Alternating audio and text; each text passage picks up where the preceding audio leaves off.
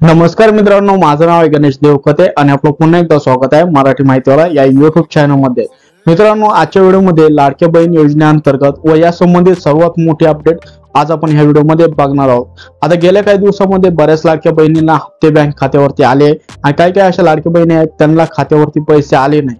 मित्रांनो, याच्या मागचं कारण काय आहे आणि जी अपडेट आलेली आहे ती सर्वांना करायची आहे, तरच तुम्हाला इथून पुढे जे मिळणारे हप्ते आहेत ते वेळोवेळी तुमच्या बँक खात्यावरती येतील। आणि ही जर अपडेट केली नाही तर तुम्हाला येणाऱ्या हप्त्यामध्ये पण प्रॉब्लेम येऊ शकतो मित्रांनो। त्यामुळे हा व्हिडिओ संपूर्ण बघायचा आहे आणि स्टेप बाय स्टेप काय अपडेट करायची आहे ती अपडेट तुम्ही बघून घ्यायची आहे। ही अपडेट केल्यानंतर ज्याचे पण खात्यावरती जे पैसे आले नाही किंवा थकीत हप्ते आहेत ते पण येतील आणि इथून पुढे जे हप्ते येणार आहे लाडक्या बहीण योजनेचे ते पण तुमच्या खात्यावरती बघायला भेटेल। आता मित्रांनो, इथे बघू शकतात की आधार कार्ड आणि बँक खाते हे तुम्हाला सर्वप्रथम तुमच्या आधारला बँकला हे दोन्ही लिंक पाहिजे। आता ही प्रोसेस करण्यासाठी मित्रांनो तुम्ही तुमच्या बँक मध्ये जाऊ शकतात।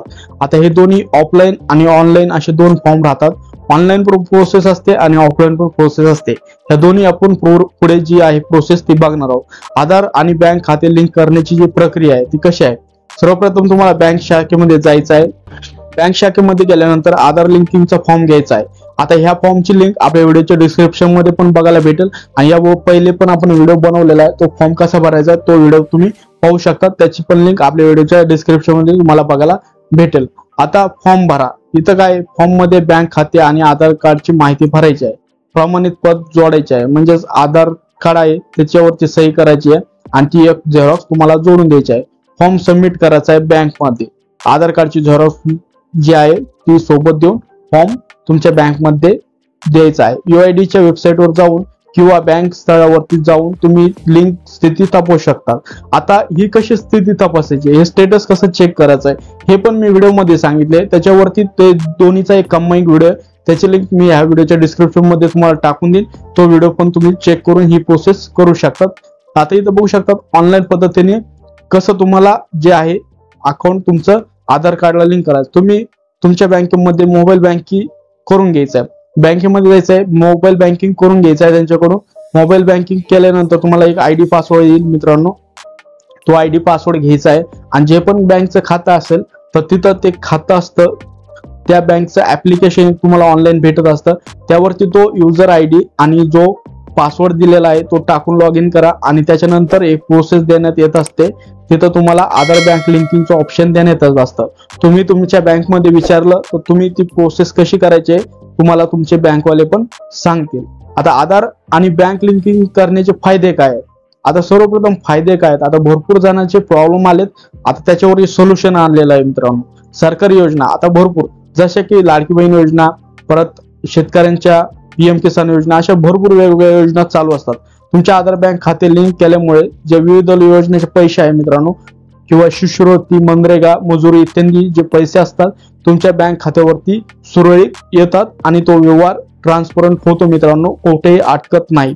बँकिंग व्यवहार म्हणजेच आता बँकिंगचे ट्रान्झॅक्शन सुलभ होतात। आता इथे बघू शकता आधार बँक खाते लिंक केल्याने तुम्ही विविध सरकारी योजनाचे लाभ सहज मिळू शकतात। हे जे प्रोसेस आहे मित्रांनो हे सर्वांना करणं गरजेचे आहे आणि त्याचा फायदा पण तुम्हाला इथे सांगितलेला आहे। आता इथे बघू शकता तुमचे बँक खात्यावरती व्यवहार आणि ट्रान्झॅक्शन हे सुरक्षित राहतात मित्रांनो। जे ट्रान्झॅक्शन आहे कधी कधी काय होतं, चुकून पैसे दुसऱ्याच्या खात्यावरती जातात। आता हे टाळण्यासाठी हे जे आधार लिंकिंग किंवा आधारला बँक लिंकिंग आहे हे चालू करण्यात आलेलं आहे आणि तुम्हाला तुमच्या बँक खात्याची माहिती म्हणजेच डिटेल मित्रांनो, तुमची पूर्ण डिटेल फक्त अकाउंट टाकल्या सहजरित्या मिळू शकते। तुम्ही जर गेले फोनपे ला जा, पेटीएम ला जा, तिथं तुमचा अकाउंट नंबर टाका। कधी कधी तुम्हाला IFSC कोड पण विचारत नाही आणि तुमची जी डिटेल असते पूर्ण नावासोबत खाली आलेली दिसत असते मित्रांनो। याचाच फायदा म्हणजे तुमच्या आधारला बँक लिंकिंग असतं आणि काही वेळेस असा प्रॉब्लेम होतो, तुम्ही डिटेल टाकली, IFSC कोड टाका तरी तुमचं नाव आहे ते शो होत नाही ट्रान्झॅक्शन करायच्या वेळेस। तुम्हाला याच्यापासून वाचायचं असेल, फ्रॉड पासून वाचायचं असेल, ही प्रोसेस तुम्हाला करणं गरजेचे आहे मित्रांनो। सर्वांना ही जी आधार बँक लिंकिंग आहे किंवा EPFO ला पण हे लिंक करण्याची जी मुदत आहे ती जून 2025 पर्यंत वाढवली आहे। त्याच्यानंतरची काही अपडेट आली तर आपल्याला व्हिडिओद्वारे भेटेल मित्रांनो नक्कीच। तर मित्रांनो, हा काही व्हिडिओ होता लाडक्या बहिणीसाठी। लाडक्या बहिणीच्या नवीन अपडेट रिलेटेड। तर हा व्हिडिओ तुम्हाला आवडला असेल तर नक्कीच या व्हिडिओला लाईक करा। अशाच लेटेस्ट अपडेटसाठी आपल्या YouTube चॅनलला सबस्क्राईब करून ठेवा। हा व्हिडिओ जास्तीत जास्त तुमच्या मित्रांमध्ये व्हॉट्सअप ग्रुपमध्ये शेअर करा। व्हिडिओ बघितल्याबद्दल आपल्या सर्वांचे मनपूर्वक धन्यवाद।